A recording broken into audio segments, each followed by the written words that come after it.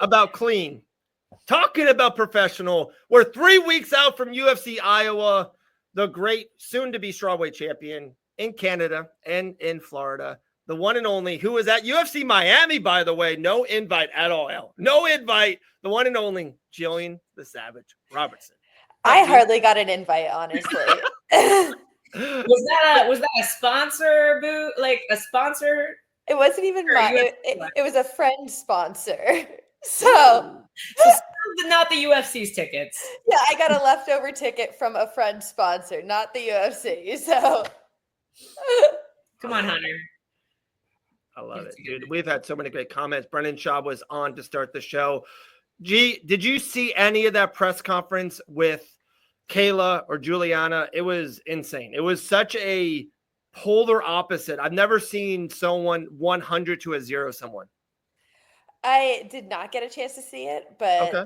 I already know exactly which way it was going. Yeah. I'm like, just every time Juliana talks, I'm like, I don't think anybody is really enthused. It was so bad. It was so bad. But all right, you were there live for UFC 314. I don't think you stayed for the main event. Maybe I figured that out. But how was it? How was the show? Did anything surprise you from the crowd? Were you there for the Patty Pimlet entrance? I thought that was electric. How was UFC 314 being there live? So I showed up. I actually just walked in during the Chase Hooper and Jim Miller fight. Ooh, nice. Which I found absolutely hilarious that every time Chase got in a good position, everybody was booing. Just the whole crowd so behind Jim Miller. How can you hate on Jim? You know, how can you hate Chase? I like Chase. No, I agree with that too. But I'm like, okay. I feel like Jim's a legend of the sport. The whole crowd was there for him, and like literally anything good that Chase, like he got in those like calf crusher positions like twice. The whole crowd booed. What a guy. I got a left field question for you right away because I asked it to Grant during our watch along, and it was about Jim Miller. And I'll ask you the same question. If right now, G, if I say to you in a magic ball, G, your career will be just like Jim Miller. You will have this insane longevity. You will fight on like these mega pay-per-views, like 100, like this, just a Jim Miller career.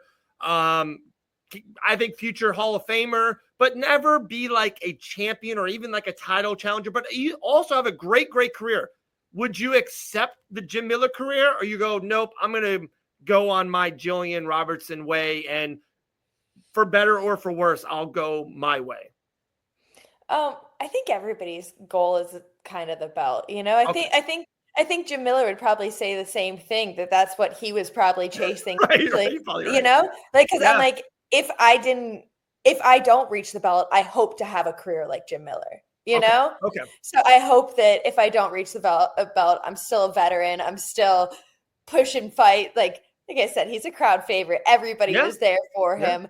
The last couple of fights that he's had beautiful finishes. Like I would love to have a career like him if I didn't reach the championship belt, you know, but I'm like, right now my goal is the belt and that's it. So I think that is the story for most people in the UFC. No, I like that. I think that's probably the best answer I heard yet of that question. Was that okay? So you watched Jim Miller and Chase. I think was the next fight the Verna fight. Did you watch that one live? I think that might have been the next one, and I was like glued to that.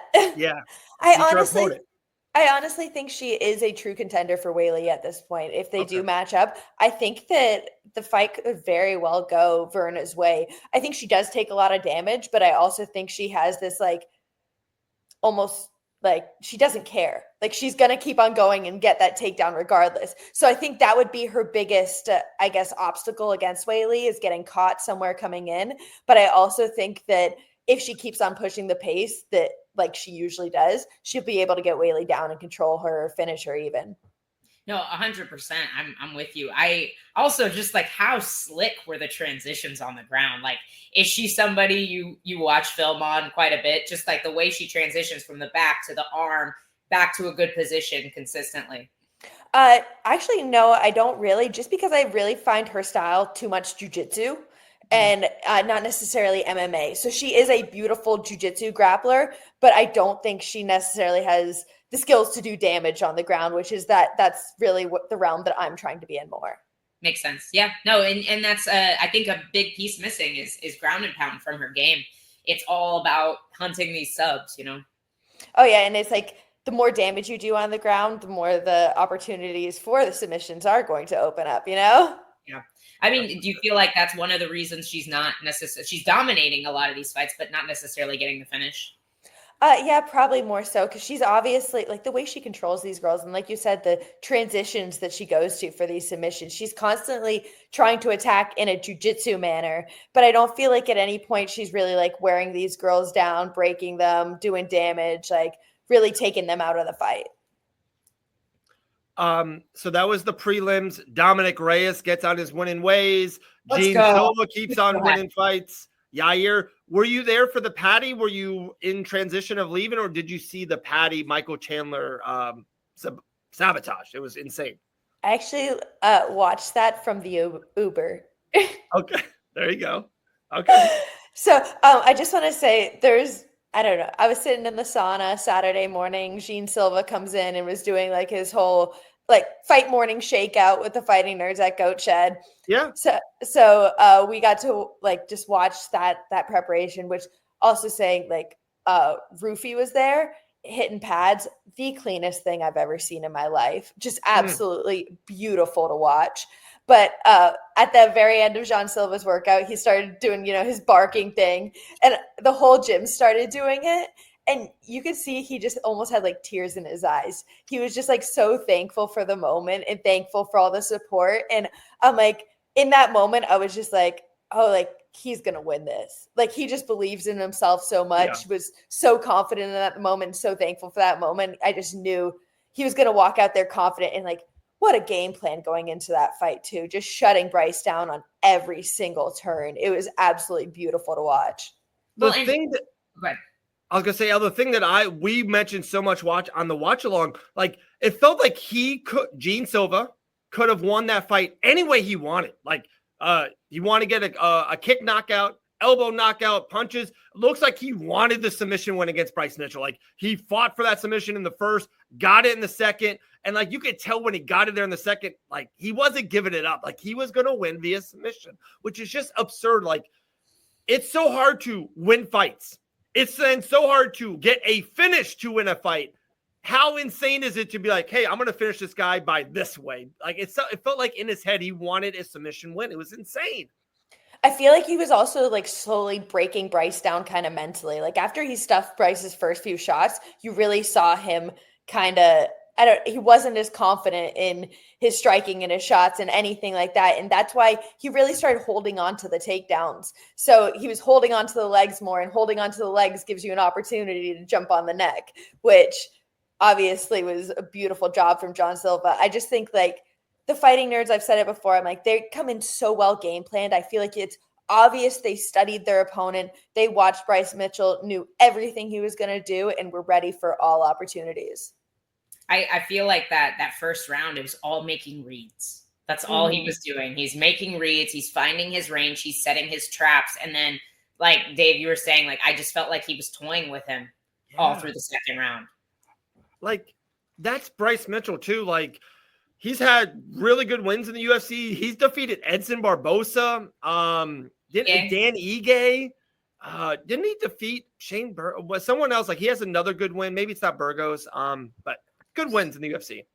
You want me to pull database with watching? You said Patty in the Uber to get home before the main event is over. Great post, by the way. Love that. Insane. We haven't even talked about Patty. We've been on for an hour and 10 minutes. Guys, it's time for everyone to get on the train. Say again? Those are his only good wins. Ige, Barbosa. That's it. That's it.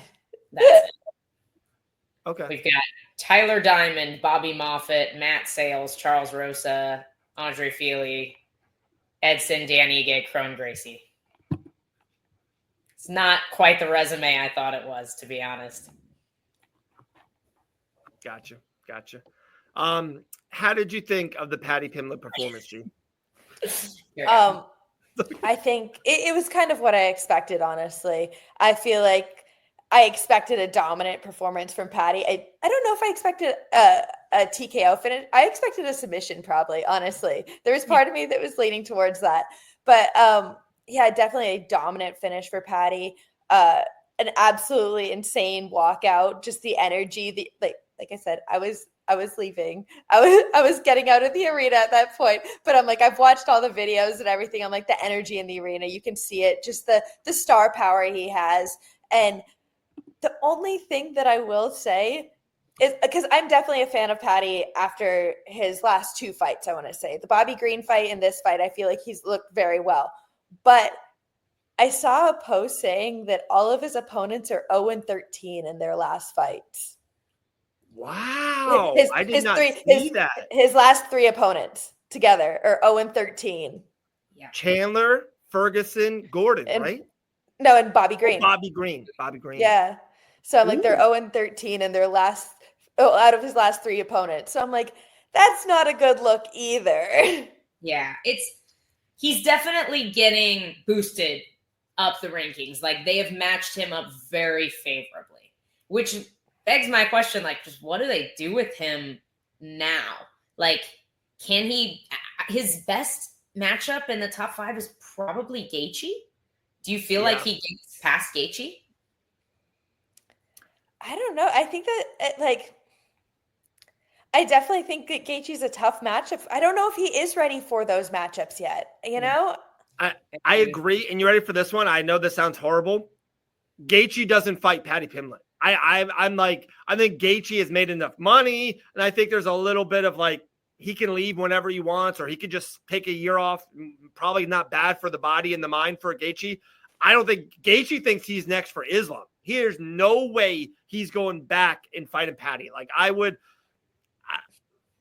be shocked. There's not a lot that shocks me in this business. I would be shocked if Gaethje fights Patty. But I do agree that's the best chance for Patty. Does not beat Charles Oliveira. Like, he doesn't beat Charles.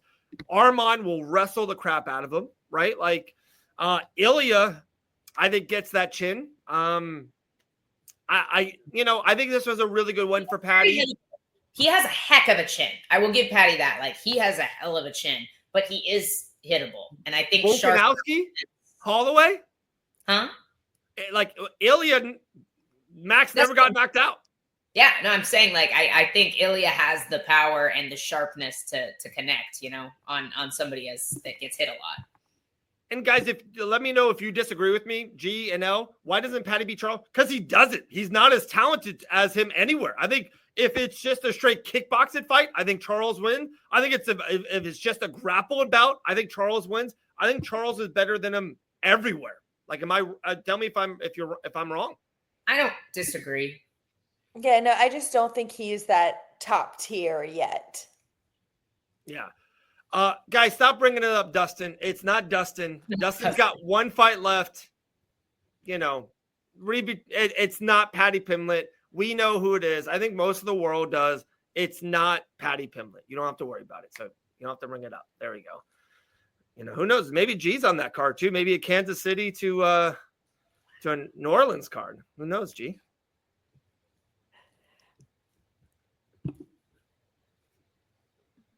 That'd be cool. All right. What else? Okay, and then the main event. Volkanovski reclaims the featherweight championship. I thought he looked awesome. I think that cemented for me the greatest featherweight ever. I know there's Ilya and Connor. Those guys didn't have long enough runs. Max Holloway and Jose are the next two. Max lost to Volk 3 times. And then Jose's the argument. I that's a great, fun debate. But Volkanovski did defeat him. I know they're at different times, but he did defeat him. And then I think Volk, he's got wins against Mendez, Korean Zombie, Aldo, and Max. And now he's got wins against kind of this newer era of Yair and Diego. I think Volk, to me, I don't think that resume, because the age of the fighters makes a big difference. And I don't think that resume stands up against Aldo's. I love Volkanovski. Yeah. But Aldo was beating prime Chad Mendez. Volk was beating old Chad Mendez, Yeah, I knew Volk beat Aldo, but once again, Aldo was an old man by that point. He wasn't the same Aldo. And old man Aldo is still killing it. No, Aldo, did you guys see? Oh, Aldo wasn't as old as people think he was when he did fight Volk. What year was that? Database. I think I saw something that he was 34. I feel like Aldo and Max both just have like never aged. They've fought forever. That's true. Jose's amazing. I love Jose. No, I know you love him too. I just love Jose. When I just look at the prime era of guys he was beating. No, it's great. Mark Hominick, Kenny Florian, Chad Mendes, like all in their prime. Frankie Edgar, Korean Zombie when he was good, like when he was young and hungry and dangerous. Not Korean Zombie that Volkanovski fought. Ricardo Lamas when he was in 2014, Ricardo Lamas, 2014, Chad Mendes, 2016, Frankie Edgar. I have him as the second greatest ever. It's not like I just like talking about how Yair is like a meh win. No, Yair's a really good win, and that was his prime. It is a good win, but we also but he hasn't looked great in performances against Pitbull. You know, like he won on Saturday, but I didn't go, oh my God, Yair is like, he's not beating guys the way Max Holloway was, you know, which is why Max is such an amazing win because of what he did to Brian Ortega and Calvin Kattar. And oh wait, that's another one. Volkanovski defeated Brian Ortega, I think, in his prime too. That's another one. Yes, that it hasn't aged super well, but I don't want to say it hasn't. Let's be honest, because age-wise, Brian Ortega should still be in his prime, right? They're both amazing. Just smiling and laughing. Yeah, you guys are just going back and forth on this argument. I'm just like, I'm sorry. Where are you on this? And it's a fun debate. There's no. I love Jose Aldo. I don't want to ever speak ill of that man's name. He's a freaking living legend. Love that man. But one is one and one is, I think, two. G, where do you see Volk and Aldo for you? I guess the only, I don't know. I feel like Aldo might have had a greater reign, but I think Volk might, just because of the time of the fighting, like the sport evolved so much in the time that Volk became champion, where I'm like, he just was a better fighter as a champion. And I feel like I don't know, like the max wins and three max wins. Yeah. 3 max wins. No, don't get me wrong. Like, devil's advocate. That's a great answer, G. How many guys from Jose Aldo's era could you take with their skill from that time, put it into today's era of MMA, like you said, that has evolved so much, and they still dominate people? I think if you took prime Aldo with his 2014, 2016 level skills and stuck him, he's young, he's healthy, he's hungry, just threw that version of Aldo into today's division, I think he's just as competitive as he was then. And I don't think that's true of a lot of the other guys that we call the greats of the sport, you know? Right. I don't think prime GSP, if he came up in our time, he would have different skill sets. I don't think you could take that GSP and put him in with Usman in Usman's prime and him do as well, personally. It's a very fun debate. Two of the greatest of all time. I think L is brilliant and smart. So and wrong, which is here's a great comment. Goes, I think Gillian's going to call out Lamoche after she beats Marina. Any truth to that? Oh, we're not going to talk about that. Wow! Hey, wow. True. I like that. That's what every time Dave. Anytime I say I won't talk about something, Dave says that's true. So that means it's true. It might be. It might be Dakota Ditcheva just hanging around at all the UFC shows. That's all I know. It's so funny. She's a free agent, and she was in London, and then all of a sudden the UFC a couple weeks later is in Miami. How did that happen? She's a free agent. She's not a free agent. The UFC took their show to Miami specifically for Dakota. And then she was still in London during the Miami show, but they were there for her. What a great comment this is by our guy, Dean Toole. Imagine if Aldo also fought 135 his whole career. That's insane. He's got my back. Yeah. No, dude, Jose's a living legend. That guy is literally a living. I'm such a big Aldo. I probably have a really strong, and I love Alexander Volkanovski. How can you not? Nothing away from his legacy. The max wins, all of it's incredible. I don't know what my bias is towards Jose Aldo. He's like the opposite fighter that I am. But I love him. I freaking love him. Dean Toole, he's such a great man, brother. I feel bad. The last interview, I saw him with Nina talking about how he can't remember things anymore. It just shows how much he put into the sport. It is sad. Is he talking about Aldo? I think so. How does Aldo stay that shredded? How is he not aged? I know he hasn't aged. It's funny. I think out of any weight class, that's the greatest 1-2 GOAT debate. And also, let's just be honest, some of the GOATs are not very fan friendly, or one is like very loved and one is kind of like hated almost as a bad guy. Volkanovski and Aldo, you could argue, are the two most beloved fighters of all time, and they're like in the same. It's amazing, and it's the same. That's why the argument's so fun. Yeah, because I agree. Like, as much as I'm arguing with you about this, it really is like right here. Like they're right there. But I guess imagine if they fought each other. That would have been crazy to see. Oh, they did. You mean in both their primes?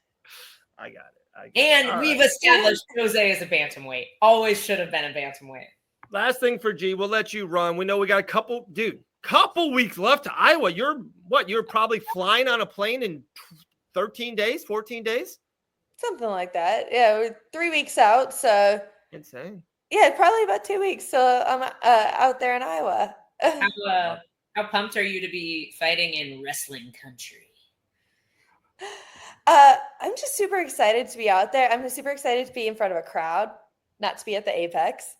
And that's about it. I'm just excited to not be at the Apex more than anything else. I'm like, you drive down and look at all the corn. Yeah, I've heard that's pretty much most of what I've heard that people have told me about Iowa. But yeah, that means that there's nothing to do out there. So they're going to come watch fights, and there's going to be good energy in the building. And the fights are stacked. The card is stacked top to bottom. And like literally, I thought I was going to be on the main card. I'm like the third fight on the prelims because there is so many good fights on it. I saw that, G. I literally was bringing up the card. I was shocked.